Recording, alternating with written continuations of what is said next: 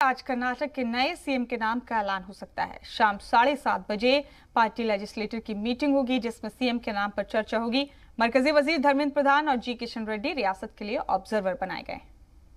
कर्नाटक के वजीर आला बीएस येदियुरप्पा के इस्तीफा देने के बाद नए वजीर आला के नाम पर चर्चा तेज हो गई है।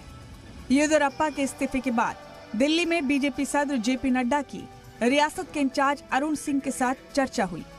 जल्द ही नए सीएम के नाम का ऐलान हो सकता है। बेंगलुरु में अपनी सरकार के 2 साल मुकम्मल होने के मौके पर पीर को अराकीन असेंबली के सामने येदियुरप्पा ने इस्तीफे का ऐलान किया।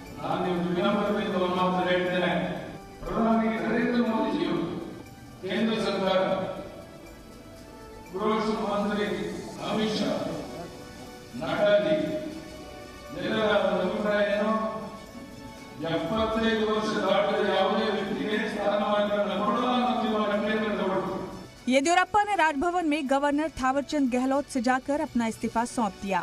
जराये के मुताबिक येदियुरप्पा के इस्तीफे के पीछे 3 बड़ी वजूहात हैं। पहली वजह उनकी उम्र, दूसरी वजह अराकीन असेंबली की नाराजगी और तीसरी वजह येदियुरप्पा के दूसरे बेटे विजेंद्र पर सरकार के काम में मुदाखलत करने का इल्जाम। ब्यूरो रिपोर्ट, जी मीडिया।